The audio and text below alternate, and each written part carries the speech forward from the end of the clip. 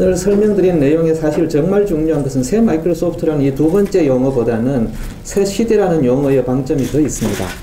왜냐하면 실제 마이크로소프트가 지금 하고 있는 여러 변혁이나 변심들의 가장 중요한 동인이 무엇인가, 모티베이션이 뭐냐고 물으신다면 당연히 시대가 새롭기 때문입니다.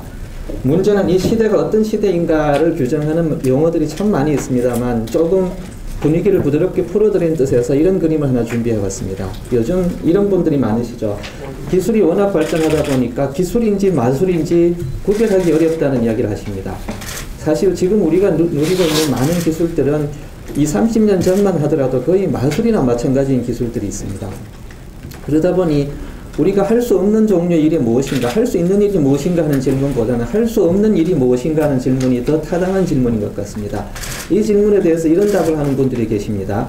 우리가 생각하지 못하는 일만 하지 못할 뿐이다. 생각할 수 있는 모든 일들은 다 가능한 세상이다. 물론 약간의 과장이 있긴 합니다만 기본적으로 볼 때 이 말은 거의 사실인 것 같습니다. 그런데 과연 이 세상이 좋은 세상인가?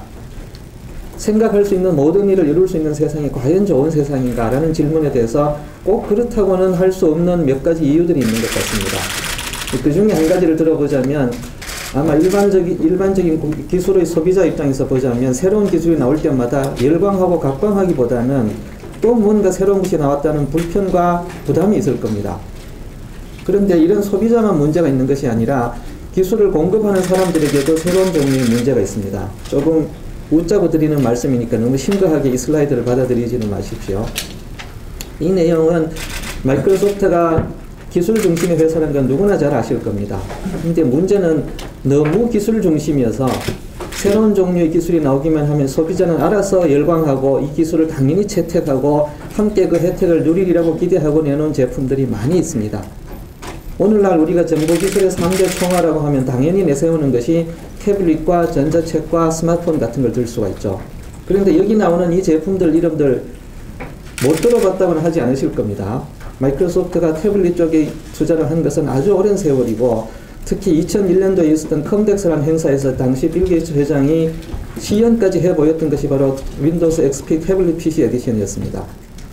전자책 2002년에 사업을 시작했다가 2012년에 공식적으로 사업을 접습니다. 오늘날 우리가 쓰고 있는 스마트폰이라는 용어 사실 마이크로소프트가 고안한 용어입니다. 그런데 이런 제품들이 경쟁 제품에 밀려나는 것은 거의 순식간이었습니다.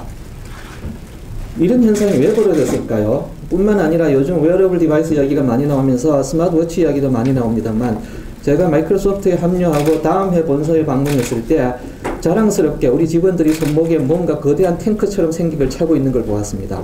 그 이름이 바로 스마트워치라고 하는 것인데요. 오늘날의 정의에 따르자면 바로 스마트워치입니다. 마이크로소프트가 이런 투자를 하지 않았던 것이 아닙니다. 남보다 먼저 투자를 했고 남보다 먼저 출시하려고 노력했습니다. 그런데 기술을 중시하다 못해 기술만 중시하는 이 문화가 어떤 결과를 가져왔느냐에 대해서는 굳이 큰 설명을 드리지 않겠습니다. 그런데 이런 과거와는 달리 요즘 마이크로소프트가 변화의 가운데 있다고 많은 분들이 생각하고 계신데요. 비교적 짧은 기간에 큰 변화가 있는 것 같습니다. 가장 큰 변화가 아마 리더십의 변화인 것 같고요. 그 리더십이 제시한 새로운 비전과 그 비전에 맞는 문화가 열심히 뿌리내리기 위해서 노력하고 있는 것 같습니다. 그런데 가장 큰 문제가 제가 생각하는 가장 큰 문제가 뭐냐 하면 이 비전을 제시할 때 예전의 비전에 비해서 뭔가 해석하기가 애매한 점들이 많다는 겁니다. 예를 들자면 최초의 마이크로소프트의 비전이자 사명은 전 세계 모든 가정의 데스크탑에 한 대 이상의 PC가 놓이게 하겠다. 문장은 길어 보이지만 들으면 무슨 뜻인지 한 번에 알 수 있죠. 그 누구도 오해할 만한 내용이 없습니다. 그리고 전임 CEO셨던 스티브 발머께서는 디바이스와 서비스 회사가 되겠다라고 선언했습니다. 아니 나름대로 해석이 더 필요하긴 하겠지만 뭘 하겠다는 것이 아주 분명했죠. 그런데 사티아 회장님께서 취임하시면서 내세운 말씀은 아주 문장은 깁니다. 숨을 참으면서 한 번에 발음하기도 쉽지 않은 기다란 비전을 제시하셨어요. 모바일 퍼스트 클라우드 퍼스트인 세상에서 생산성과 플랫폼 회사가 되겠다라는 말씀을 하셨습니다.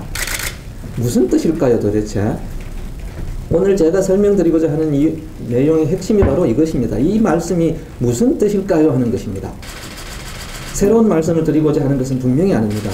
이 용어들로 규정하고자 하는 현실이 뭐냐, 바로 새 시대와 새 마이크로소프트가 요구된다는 말씀을 하고 있는 것이죠. 즉 다시 말하자면 시대 정신이 어떻게 변했고 그 변화된 시대 정신 속에서 마이크로소프트가 어떻게 자리매김하고 싶어 하는가에 대한 설명을 오늘 좀 드리고 싶다는 겁니다. 자, 긴 이야기가 있습니다만 오늘 설명의 핵심이 사실은 이 슬라이드와 바로 다음 슬라이드에 요약이 거의 다 되어 있습니다. 마이크로소프트가 어떤 종류의 회사가 되겠다는 말보다 또는 그만큼 중요한 것이 뭐냐, 마이크로소프트가 이 세상을 어떻게 보고 있느냐 하는 점입니다. 가장 첫 번째 설명이 바로 모빌 퍼스트, 클라우드 퍼스트라는 용어인데요. 이 용어에 대해서는 제가 첫 번째 분릿부터 오해라고 적어놨죠. 그죠? 여기 오해라는 게 뭐냐 하면 이 내용을 언급하시면서 마이크로소프트가 모바일 퍼스트, 클라우드 퍼스트 회사가 되겠다라고 했다라고 언급하는 것을 너무나 자주 보았습니다.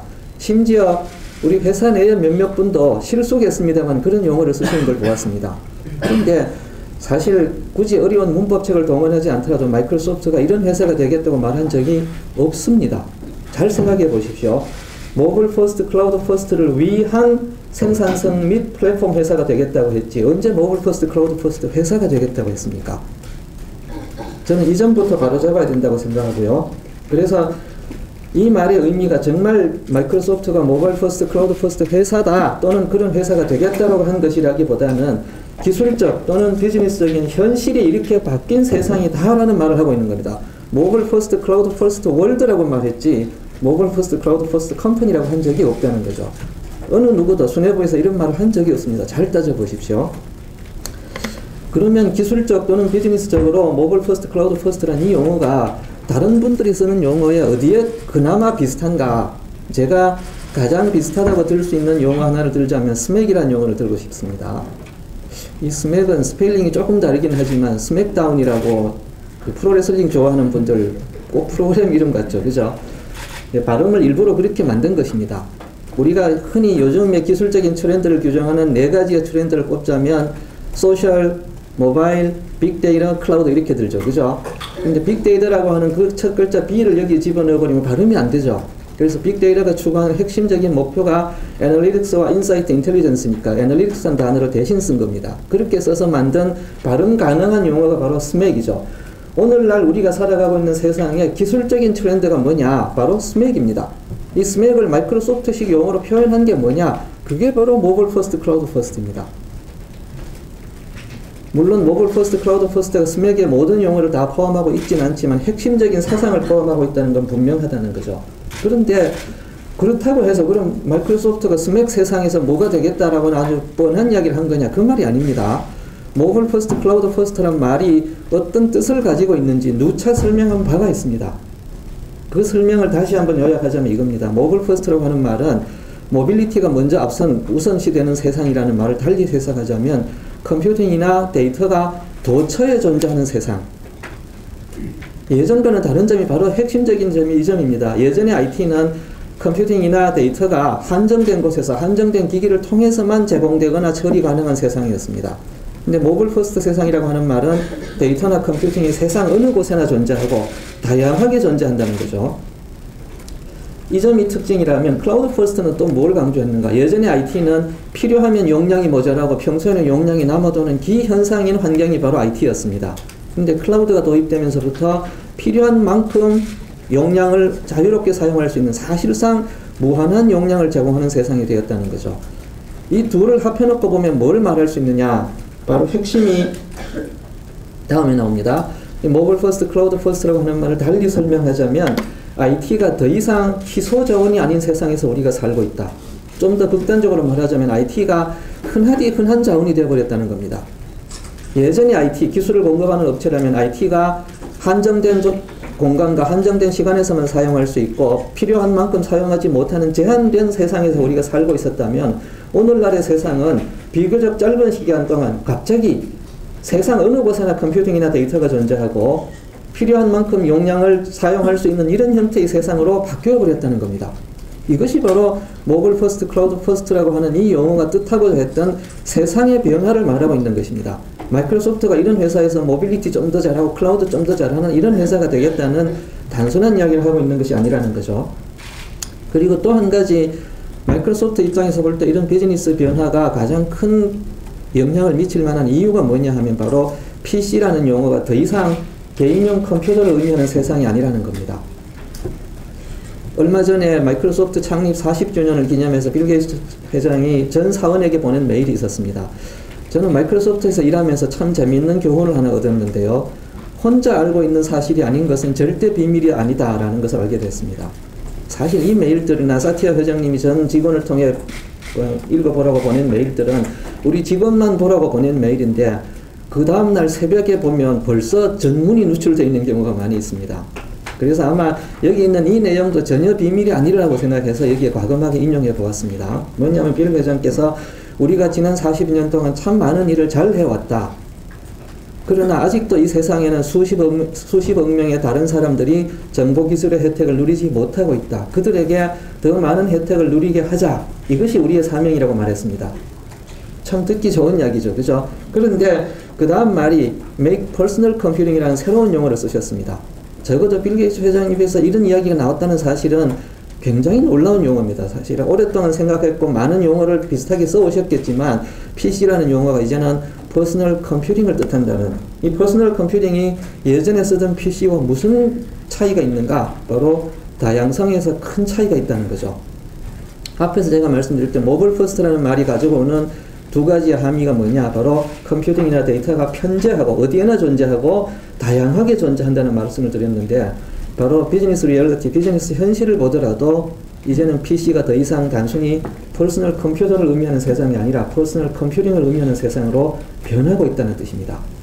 자, 이런 변화 속에서 마이크로소프트가 잘 해왔는가? 그런 고민을 하기 전에 무엇에 잘못된 역점을 두어서 열심히 남보다 앞서서 좋은 기술을 개발하고도 오히려 시장에서 밀렸는가를 고민하기 위해서는 마이크로소프트가 관심을 덜 두었음에도 불구하고 더 중요한 그 무엇이 있었다는 뜻입니다.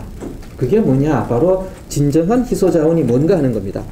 앞에서 말씀드린 것을 요약하자면 더 이상 ICT는 희소자원이 아닙니다.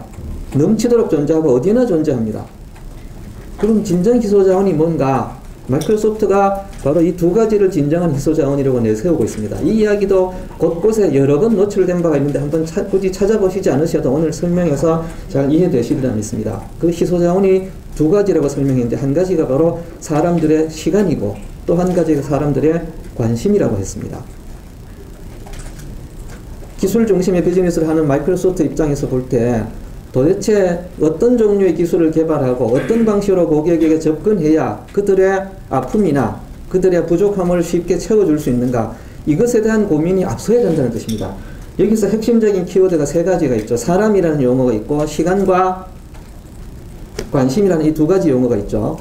이 합쳐서 세 가지의 단어가 가장 중요한 문화적 변화 또는 기술적 방향성의 변화를 가져오고 있다고 봅니다. 즉 제가 보기에는 모바일 퍼스트, 클라우드 퍼스트란 말이 세상에 컴퓨팅이 널려 있고 아무나 쉽게 쓸 수 있는 세상이다라는 그런 단순한 결론에 이르렀다기보다는 이 세상은 사람들의 시간을 어떻게 줄여줄 수 있고 사람들의 관심을 어떻게 더 끌어올 수 있느냐에 더 큰 목표를 두어야 한다는 뜻을 그렇게 표현했다고 생각합니다. 이건 저의 해석이 어느 정도 들어간 내용이긴 합니다만 적어도 이 용어는 마이크로소프트에서 자주 쓰던 용어입니다. 휴먼 타임과 휴먼 어텐션, 이 두 가지가 가장 중요한 희소자원이라고 했거든요. 이 이야기를 마이크로소프트 혼자 했다면 세상을 잘못 읽은 것일 수도 있습니다만 참 다행스럽게도 이 포레스터 리서치에서 이미 5년 전부터 2010년 말부터 열심히 설파해온 새로운 용어가 있습니다. 바로 Age of the Customer라는 용어가 있습니다. 우리말로 옮기자면 고객의 시대라고 굳이 번역할 수 있겠습니다만 이분들은 이런 주장을 했어요. 1900년대부터 시작해서 오늘날의 세상을 잘 나누어 보면 중요한 시대가 몇 번 있었다고 합니다. 한 예를 들면 대량 생산을 통해서 경제를 이끌었던 생산의 시대가 있었죠.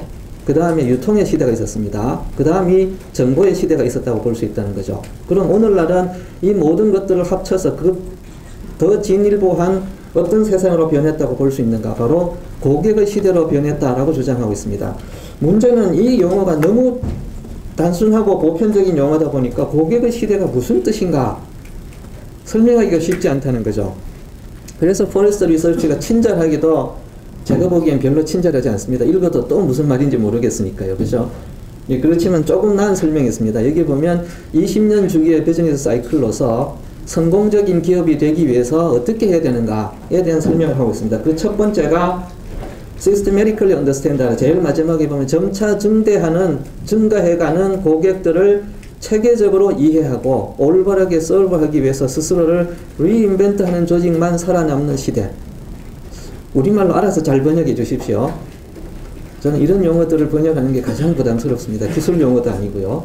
다시 한번 설명드리겠습니다. 20년 주기의 비즈니스 사이클로서 점차 증대해가는 고객들을 올바르게 이해하고 제대로 서브하는, 제대로 모신다는 게 말이겠죠. 그죠? 모시기 위해서 스스로를 재창조하는 조직만이 성공할 수 있는 시대.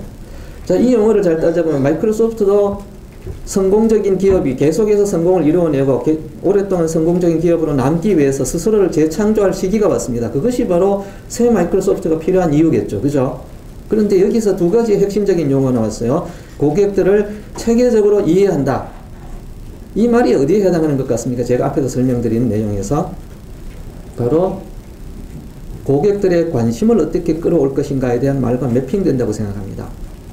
예, 그리고 그들을 올바르게 서브한다는 말, 고객들에게 진정 필요한 게 뭡니까? 이렇게 좋은 기술이 많고 좋은 기기가 널려 있는데 왜 나는 항상 시간이 부족할까? 나는 왜 항상 일에 치여서 내 시간이 없을까? 집에 가서도 일하고 회사에 와서도 일하고 이런 세상 누가 좋아하겠습니까? 올바르게 서브한다면 그들에게 풍족한 시간과 여유로운 삶을 돌려드리는 것이 바로 올바른 봉사겠죠. 그러니까 스스로를 재창조하고자 할 때 마이크로소프트도 이런 방향성이 필요한 것 같습니다. 어떻게 고객의 시간을 최대한 돌려줄 것인가의 1차적인 목표가 있고 고객들의 마음이 진짜 어디에 있는가를 제대로 이해하고 출발하겠다. 이 이야기는 그러면 과거의 마이크로소프트는 그렇지 않았다는 뜻인가? 당연히 그렇지 않았습니다. 아니 이건 마이크로소프트가 반성해야 될 대목이고 반성하고 있습니다. 분명히. 왜냐하면 마이크로소프트의 정체성을 한마디로 요약하자면 기술 중심의 회사였습니다. 그 기술을 어떻게 표현했느냐? 기능으로 표현했습니다. 예를 들어 윈도우스 새 버전 나올 때마다 제일 먼저 강조한 게 무엇이었습니까? 항상 기능이었습니다. 무슨 기능이 새로 들어갔다는 걸 열심히 강조했고 그 기능을 실행하기 위해서 하드웨어 사양이 어떻게 돼야 되는지 이런 것만 열심히 설명했죠. 많은 기능이 있으니까 이 기능에 감동받은 고객들이 알아서 지갑을 열고 행복한 세상을 살 수 있을 거라고 믿어왔던 것이 과거의 마이크로소프트입니다. 이 마이크로소프트가 지금은 변해야 된다 이 말이죠. 왜냐? 점차 증대하는 고객들을 올바르게 이해해야 되는데 고객들의 마음이 기능에 있지 않다는 것을 여러 차례 이미 증명했기 때문에 그렇거든요. 앞에서 말씀드린 태블릿이나 전자책이나 스마트폰이 왜 시장에서 그렇게 큰 호응을 받지 못했는가? 사람들의 관심에서 멀었기 때문입니다. 윈도우 비스타 적어도 엔지니어링 측면에서 보자면 마이크로소프트에서 가장 혁명적인 윈도우스 버전이 윈도우스 비스타였습니다. 가장 자랑스러운 엔지니어링 에디션이다 이거죠. 그런데 고객들에게서는 가장 처참하게 버림을 받았습니다. 마이크로소프트가 진정 잘해야 되는 것이 뭔지 아시겠죠, 이만하면. 그죠? 고객들의 마음이 어디에 있는지를 체계적으로 이해하는 데 더 많은 노력을 가져야 되는데 그런 마이크로소프트가 아니었다는 것입니다. 그저 더 나은 제품을 더 저렴하게 더 빨리 내놓으면 성공한다고 믿었고 이 믿음은 옳지 않다는 것이 증명되고 있다는 것입니다.